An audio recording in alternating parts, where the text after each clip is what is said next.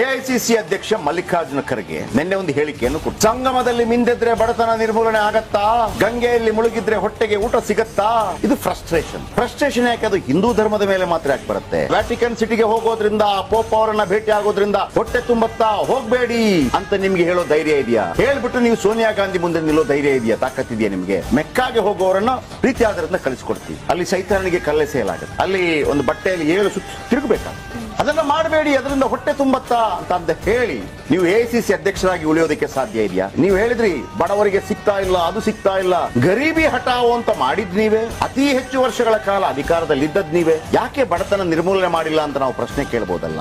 ಮಲ್ಲಿಕಾರ್ಜುನ ಖರ್ಗೆ ಅವರೇ, ಸಹಿಷ್ಣುತೆ ಬಗ್ಗೆ ಹಿಂದೂಗಳಿಗೆ ಯಾರು ಕಲಿಸ್ಕೊಡುವಂತ ಅಗತ್ಯ ಇಲ್ಲ. ನೀವು ಇವಿಷ್ಟು ಪವರ್ಫುಲ್ ಅಲ್ವಾ? ಅಲ್ಪಸಂಖ್ಯಾತರ ಬಗ್ಗೆ ಇಷ್ಟು ಮಾತಾಡ್ತಿರಲ್ವಾ? ಅಲ್ಪಸಂಖ್ಯಾತ ಟಾಪೆಸ್ಟ್ ಲೀಡರ್ಗಳಿದ್ದಾರಲ್ಲ, ಜಮೀರ್ ಅಹಮದ್ ಖಾನ್ ಇದಾರಲ್ಲ, ಜಮೀರ್ ಅಹಮದ್ ಖಾನ್ ಅವರ ಹತ್ರ ಹೇಳಿಬಿಟ್ಟು ನೀವು ನಿಮ್ಮನ್ನ ಒಮ್ಮೆ ಮೆಕ್ಕಾಗೆ ಕರೆದುಕೊಂಡು